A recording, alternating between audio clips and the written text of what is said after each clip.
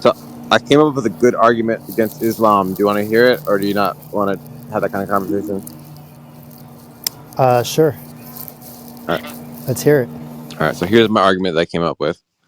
So I asked ChatGPT and Claude separately to estimate the number of verses in the Quran that are either about insulting unbelievers or about telling them they're going to go to hell.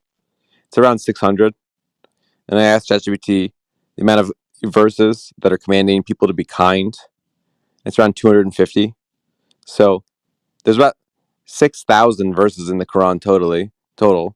So about 10% of the verses of the Quran total are saying that unbelievers are going to hell, or like calling them fools and blind and idiots and stuff like that. Um, Whereas only about 4% of the Quran is commanding people to be kind.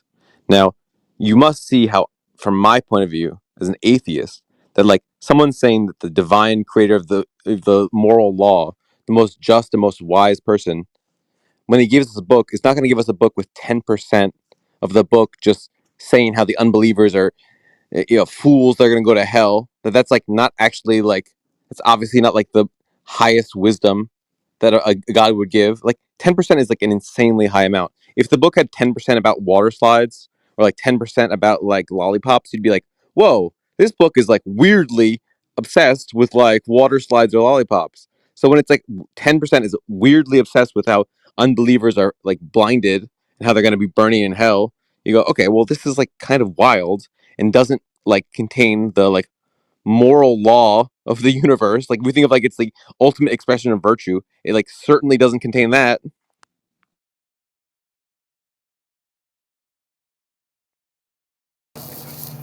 Yeah. Sorry. Can you like? So I get the evidence that you're showing, but what's the formulation of the argument again? Is it that considering the fact that there are these many verses that's negative compared to the amount of verses that's positive, it then it follows that it's not from God? Is that the? Well, it's not negative versus positive. It's about, the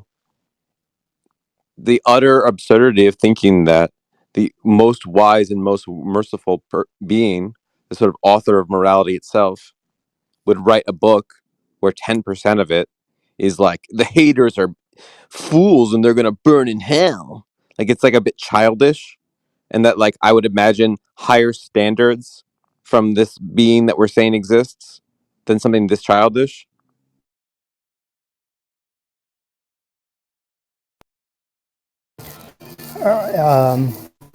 And therefore, you're saying it decreases the likelihood that it's from By a God, lot. but it doesn't necessarily follow it's not from God. Yeah, it doesn't falsify it. It just is very strong evidence against it. Okay, yeah. So I guess my question here is, I mean, I think if we go off the assumption, I'm just going to go off of the assumption because I think I can insert some reasons as to why that would be consistent with a God that is all wise. But just going off of your assumption, what would you say that you think we have sufficient reasons to accept what ChatGPT is giving us? Well, I checked ChatGPT and Claude separately, and they agreed with each other. So I like take that as like reasonably good evidence that the claims are true. And even if they're not exactly right, they're directionally correct. I don't think any Muslim would deny that there's like lots of verses in the Quran that are about how the unbelievers are going to burn, or they're calling them blind. But I think that the number is approximately right. Yeah, Let me ask you this, Sam. Have you yourself read the I've read Quran? parts of it,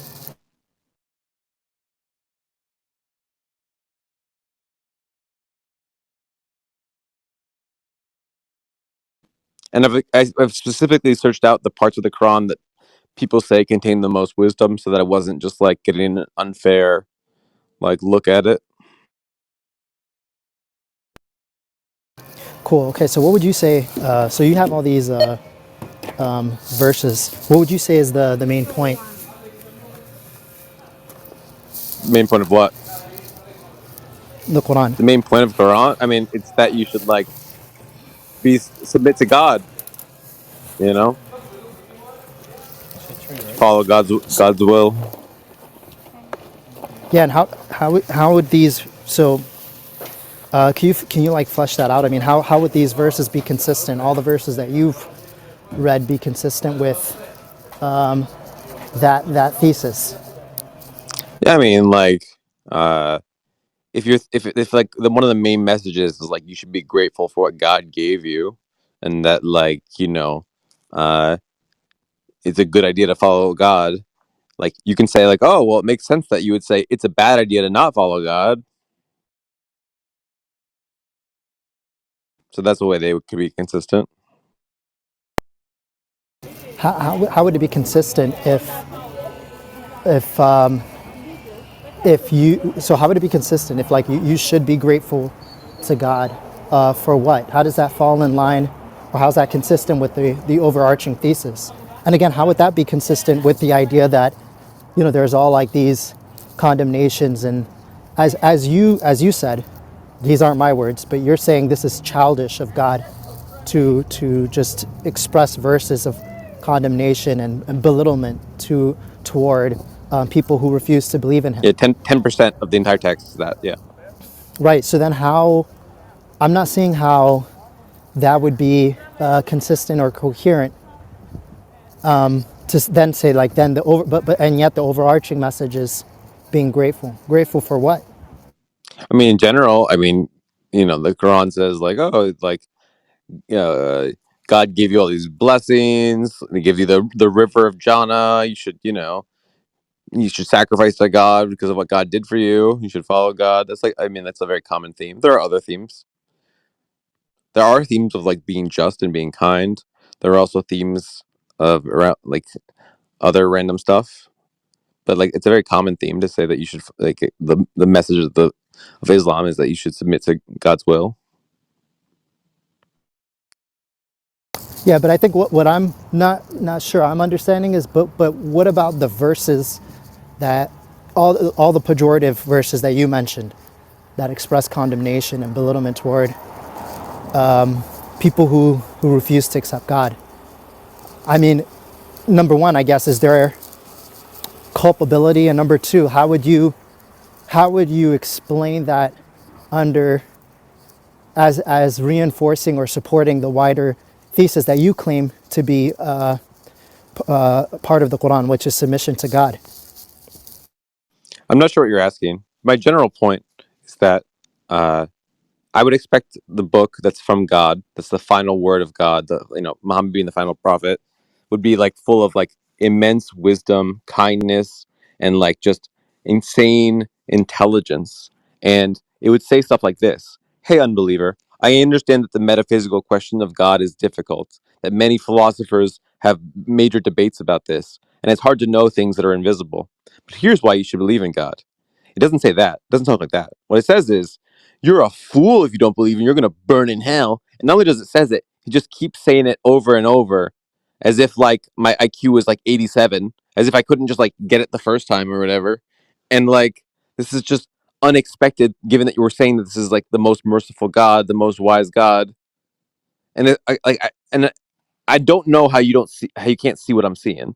Like, do you really expect the infinitely intelligent creator of the universe to just be like spending 10% of his message on like the haters suck and the bad stuff's going to happen to them, as opposed to being like, hey, there's a really important thing here, which is like how we should treat each other and the exact way to handle like creating societies and the correct way to interpret this text, and like just all sorts of other wise things that the book could contain and should contain. Yeah, so I hear what you're saying. The reason I was asking, so there's an incoherence in the message that you're espousing, but that you're attributing to the Quran. I don't really read it that way, which is why I was asking, like, what do you think is the main message? How are these verses consistent with the main message? Like, how are you reading the Quran? My fear is that you might be presenting a caricature of the Quran, And I think if you are presenting a caricature, if I'm right, if my assumption is right, or my hunch, then I think it would naturally lead to like something that seems inconsistent or silly. But it wouldn't be, it wouldn't be like a substantive reading. It wouldn't be an accurate reading. I'll give you an example. If somebody's telling me, let's talk about Machiavelli, because you mentioned philosophy. He's not quite like a philosopher, but we'll just go with it anyways. If someone reads The Prince and tells me like there's all these inconsistencies, but they kind of like, they had a very superficial reading or like a very sloppy reading, it doesn't seem to me like it would be a real inconsistency. It would just be like their inability to really understand what Machiavelli is saying, which wouldn't really present itself as a problem, because a lot of people misunderstand Machiavelli. A lot of people misunderstand Kant. A lot of people misunderstand Nietzsche. A lot of people misunderstand, and so on and so forth. Even the greatest philosophers, many people misunderstand them. So my thing is there a real inconsistency, or is it just a reflection of like poor reading? I'm not trying to give a caricature in the sense that I'm not trying to give like an incorrect assessment of what the text is like. Like I said, it's only 10% that's this. Like there's lots of things that are like the stories of creation, description of Allah, the laws and regulations, historical events, descriptions of the afterlife, talking about the day of judgment. There's like lots of things it talks about. It's not just this. But I'm saying specifically, mathematically, 10% of the book is this. So I'm trying not to have a caricature. I'm trying to like accurately characterize the nature of the book. And I'm saying, given this accurate characterization, like what can we say about that? Like what does that tell us? Yeah, and so that's what that's kind of why I don't want to just lecture you, because I can like, and I think that one mistake Muslims make is like they try to like give a lecture. I'm just trying to understand how you're understanding it, and that's why I'm like, well, with 10% of these verses, the verses that you've read and looked into and have come to understand, like how would you say they fit? Like what's the main takeaway? Why is it that 10% of the Qur'an is saying what according to you, and how does that fit in with like the wider message in a coherent way? Applying the principle of charity. Sure. I mean, there's there's two kinds of explanations for a text. There's one that's like what the author intended, and the second is like given the context of the story, like what makes sense, what are the reasons for the characters in the story. So like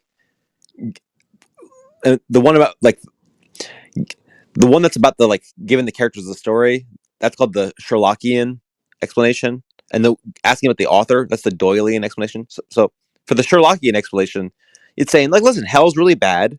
It's really important that you like follow God, because like it's really important for you to know that like you shouldn't go to hell and you shouldn't do this. This is like really important for you to know that. That's like the Sherlockian explanation.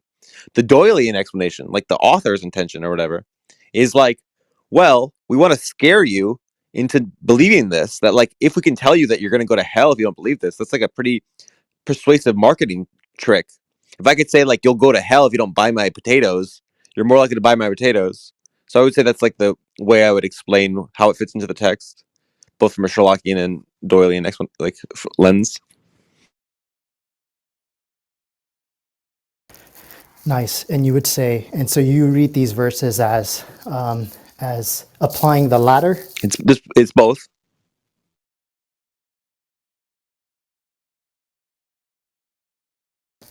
Okay, good. Okay, give me just a second. Sorry. Sorry about that. Okay, so sorry. So Sam, can you give me the two interpretations again? The two ways of how you read, uh, how you're reading these verses. So you said one was the Sherlock Holmes interpretation of. Yeah. So Sir Arthur Conan Doyle wrote the story Sherlock Holmes. So the Sherlockian explanation is, it's really important not to go to hell. So like you shouldn't go to hell. It's really important. That's But then the Doylean explanation is like, well, it's a really good way to persuade like people to buy your thing, to believe your thing, if you threaten them with hellfire and torture if they don't.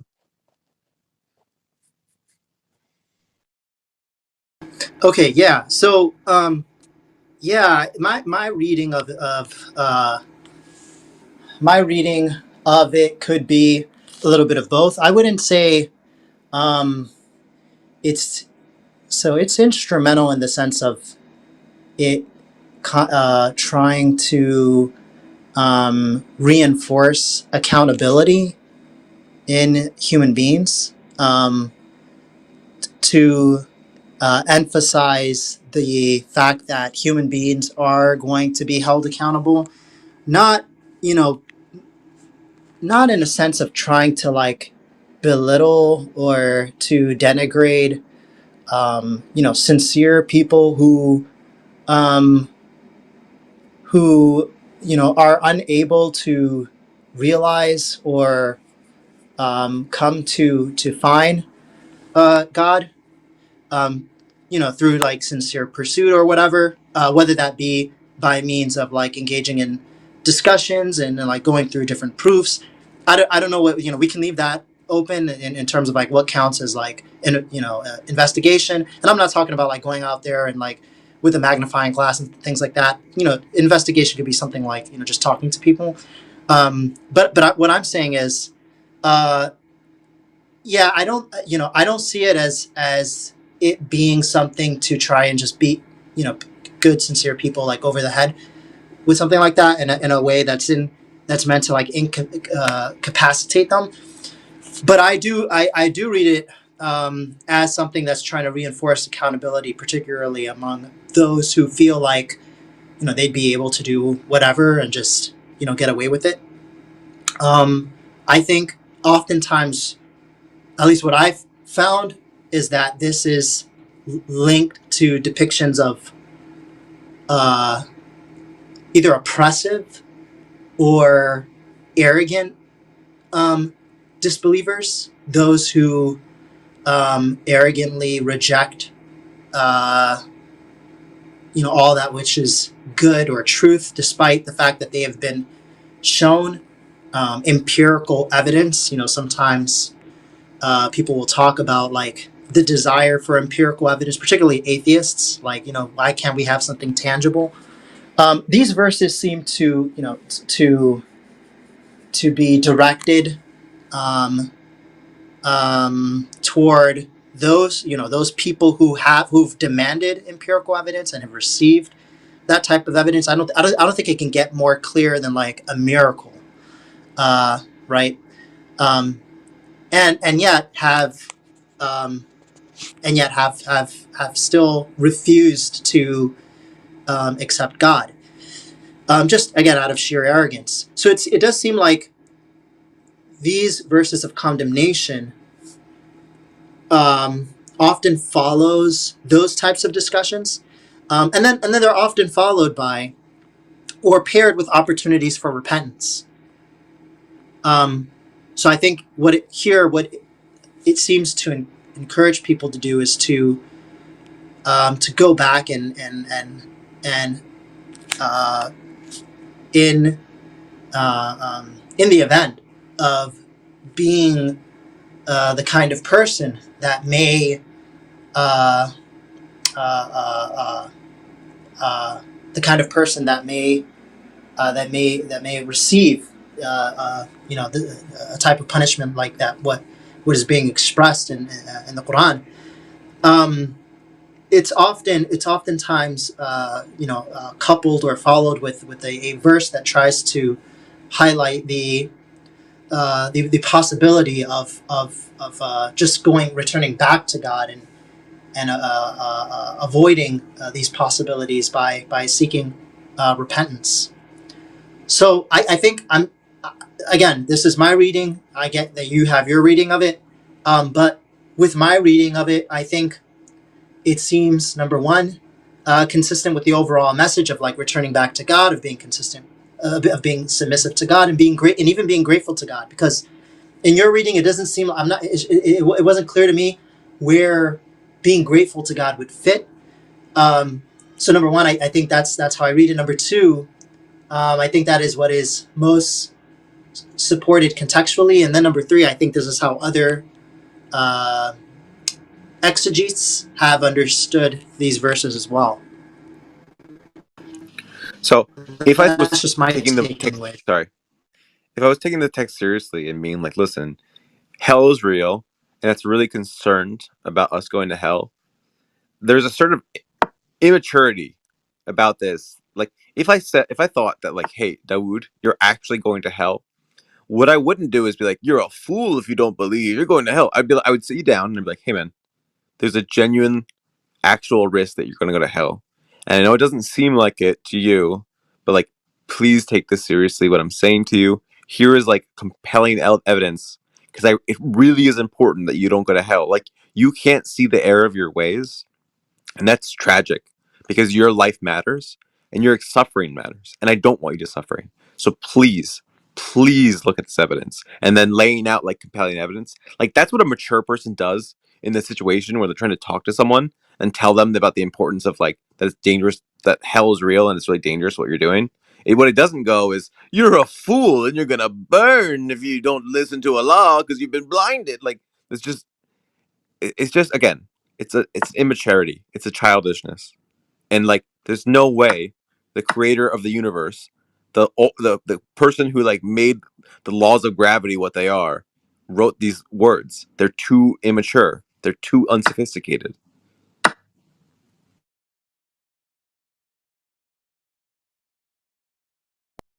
Yeah. So I'm gonna need a sorry. I'm gonna need another minute, but let me just touch on that point, and then Ibrahim, inshallah, you can say a few things here as well.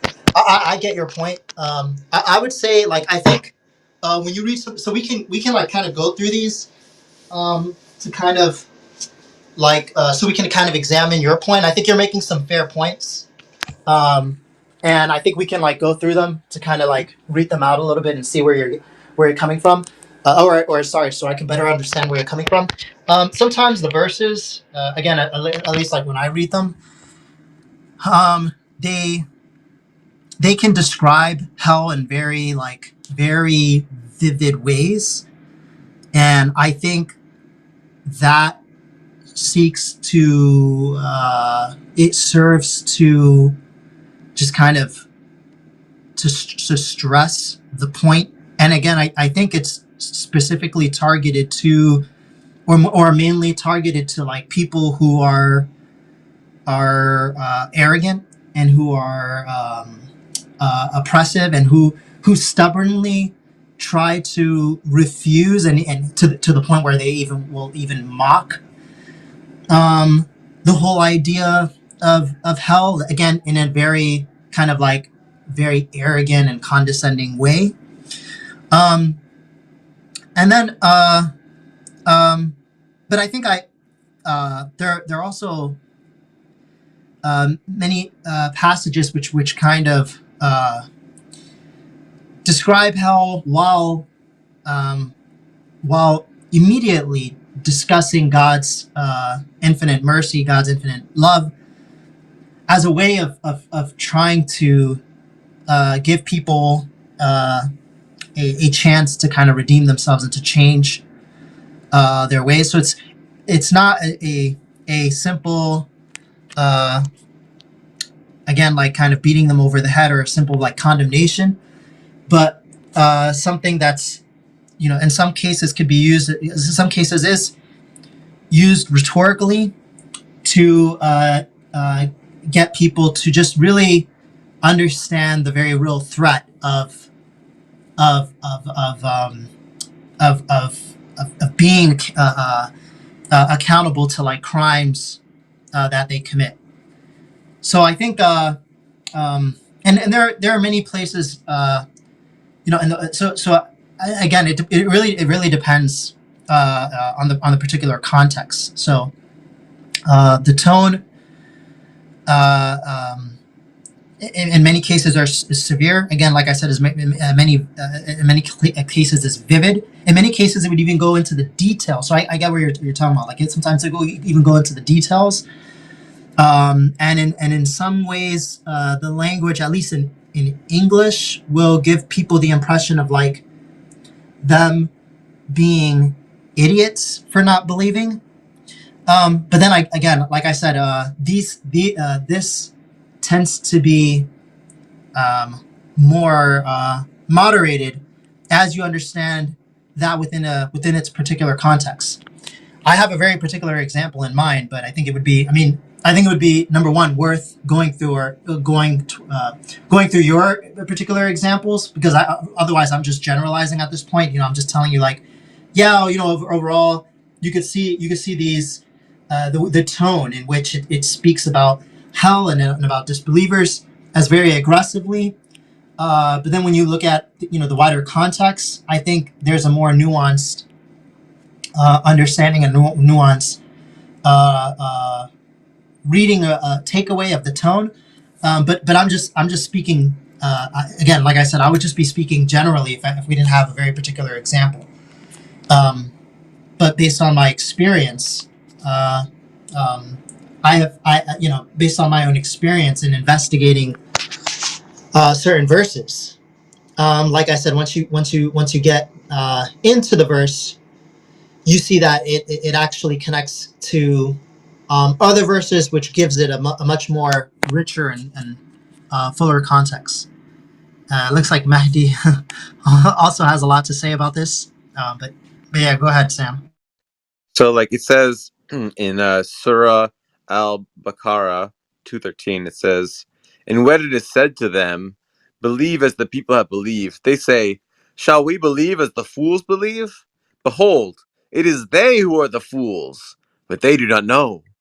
Do you not? Okay, to me that reads like an eighth grader. Like, oh, you think I'm a fool? You're a fool. Like, if you actually want to convince me that they are the fools, well, then actually, like, give me some arguments that have some subtlety, that's some nuance, that makes distinctions between things, that make predictions, not just being like, oh, you think I'm a fool and you're a fool.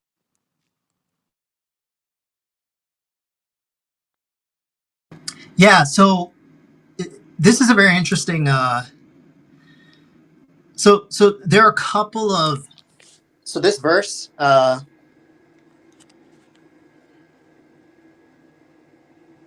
um, is very familiar because uh, I think I once memorized this verse. But anyways, yeah. So this is actually interesting, and this verse, and I think, like I said, going back to the wider message of Surah Al-Baqarah, which is chapter 2.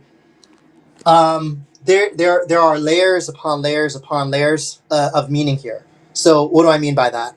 And I'm sorry if I'm kind of like boring you, feel free to like cut me off at any point. I'm just trying to like help clarify like how this how I think you can walk away with a reading like that, and I think it's fair, but how I feel like there's something deeper going on here. So in this verse, or just to go a little bit earlier. So like the kind of like the way this chat with this the theme of the chapter right from the very beginning, it seems to talk um, about this tension or dichotomy between arrogance and humility. The very first verse is Alif Lam Mim. It's like these letters um, that some scholars say like nobody knows the meaning of. So it begins with like these letters that no one really understands what they mean, and then the immediate verse that comes after is indeed this is a book for those who are indeed in this book there is no doubt in this book in the Quran, particularly for those who are God conscious. And then it continues, and it gives a series of stories. Um, when we come to this verse is part of, I think, an ongoing discussion which is um, describing disbelievers, or more particularly hypocrites, and how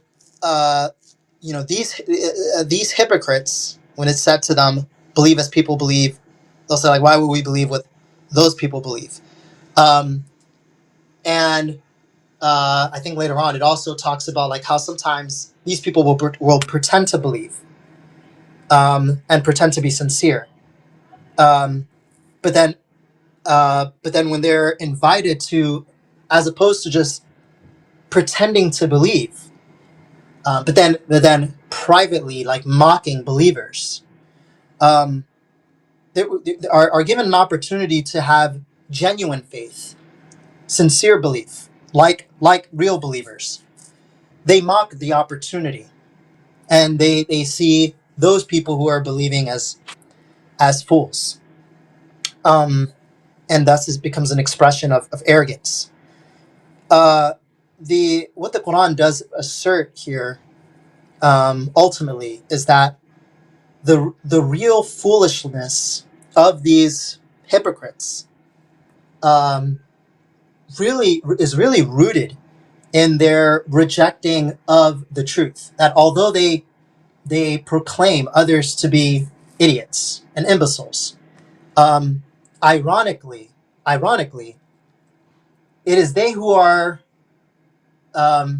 simple-minded or foolish, because they're rejecting the truth. Now, I think if we go with the assumption that, okay, this, because I think if we have like this impression that actually they are rejecting something that's basically a cult, or they're rejecting something that's nonsensical, then I think it would kind of distort the essence of the message. But if we understand this as people who are rejecting what is actuality, then we can actually see how foolishness would seem to lie in the fact that in the very fact that those who are mocking other people for being upon the truth is kind of characteristic of ignorance. And this uh, there are a few verses that follow. So I'm not just making things up, because there are verses after this that follow in that theme, in highlighting how the ignorance of people, can blind them from even recognizing their misguided state. It could blind them from even recognizing how far away from the truth they are. Almost alluding to things like cognitive biases, but these are just my words, not really. Anyway, so I think, again, this verse is trying to highlight the mindset, the self-deceiving mindset of a particular group of disbelievers, some of the worst types of disbelievers, which are hypocrites, those who pretend to believe and then secretly despise believers and secretly mock believers.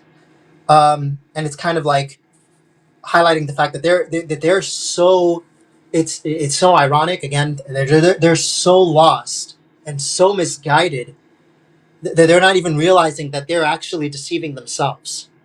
And it's trying to bring out a uh, uh, is trying to bring this out in irony. So I think here you could also say it's like another rhetorical strategy. And this is the last thing I'm going to say. And what's interesting is the way it fits in with the wider message of this particular chapter. Is it serves to illustrate, um, very interestingly, the dichotomy between arrogance and humility. I want to say one. I said that was the last thing I was going to say, but I want to say one more thing about this. What's interesting is if you go a little bit further in this chapter, God talks about how He will bring an example.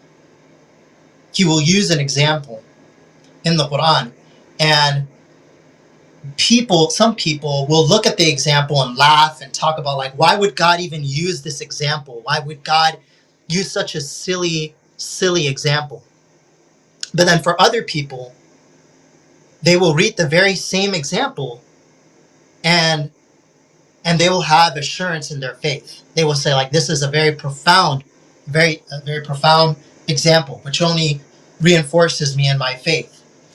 And again, that's in the same chapter. It's not. I forget which verse, but it's not too far away from this verse. And going back to like the same theme of this chapter, and much more could be said here. And I'm sure Mahdi has some things to say. Mahdi is usually really good at this. Um, I think it's also again going back to like rhetoric. I think it's also very interesting because what we see is like a possible example of where verse can give one reading and give another reading at the same time. Now, to me personally, I think one of the difficult strategies of an author would be to try now if God is saying if you don't believe it's from God, let's just say the author. If the author is saying later on in the chapter that he will give an example that will mislead some and guide others, and all of that will be dependent or determined by the state of mind that person is in. So some people can take something away from this book, and other people can take another way.